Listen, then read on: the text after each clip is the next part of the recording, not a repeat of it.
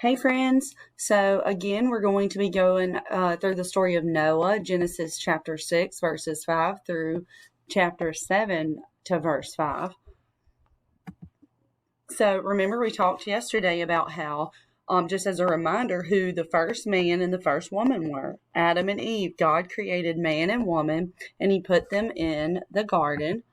He gave them the beautiful Garden of Eden and told them they could do anything except eat from the tree of the knowledge of good and evil, because if they did, they were going to die inside spiritually. They were going to have yucky sin in their heart if they ate from it. And sadly, they disobeyed God, and God was so sad. They even hid from God. And because they disobeyed, unfortunately, they had to leave the garden forever. Adam and Eve had to go out into the world and they could never come back to the Garden of Eden. But Adam and Eve had many, many children. They had lots of children, and their children had children, and their children had children. But all their children were just like Adam and Eve. Now they had yucky sin in their heart, and they were very sad. After a long time, the children grew up and they forgot about God. They all started doing very bad things. And so yucky sin was so bad that God was so sad that he decided he had to do something. He had to send a flood to wipe the earth clean and just to start over. God was so sad, but he had to. And so God looked down from heaven to see if he could find anyone who was righteous or anyone who wanted to obey him. And there was only one man, and his name was Noah. God decided to tell Noah about his plan. He told him exactly what to build and how big to build a boat and how many rooms to put in it so that him and his family would be safe. Because God told Noah that he would save and protect his family. He told Noah that he would also send the animals to him so that they could be saved. And so what a big job this was. But Noah believed God and obeyed him.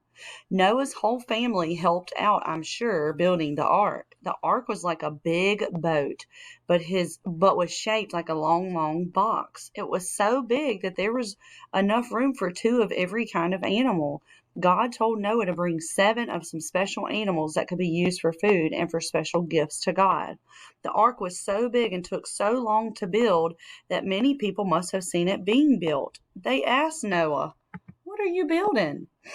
But Noah told them it was an ark or a boat because God was going to send a flood, and the people laughed at him. No one listened to him. They thought he was just a crazy man. So Noah tried to warn the people around him, but no one listened.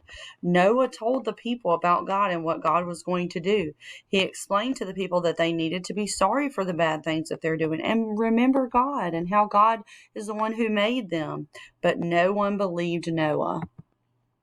And then finally the day came when the ark was finished.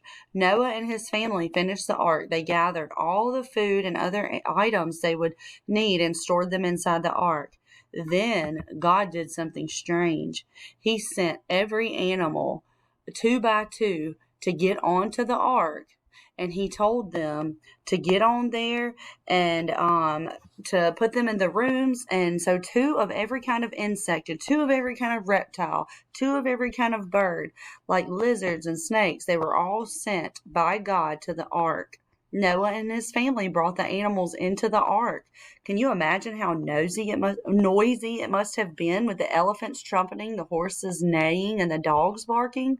The cats meowing? That must have been a busy time. God spoke to Noah again and said, "Take your family with you into the ark because you have obeyed me. I will save you. In 7 days it will begin to rain water upon the earth and will continue for 40 days and 40 nights." And so God told Noah and his family to go into the ark, and God shut the door behind them. So God told Noah to take his family into the ark with all of the animals and just wait because rain was fixing to come. All right.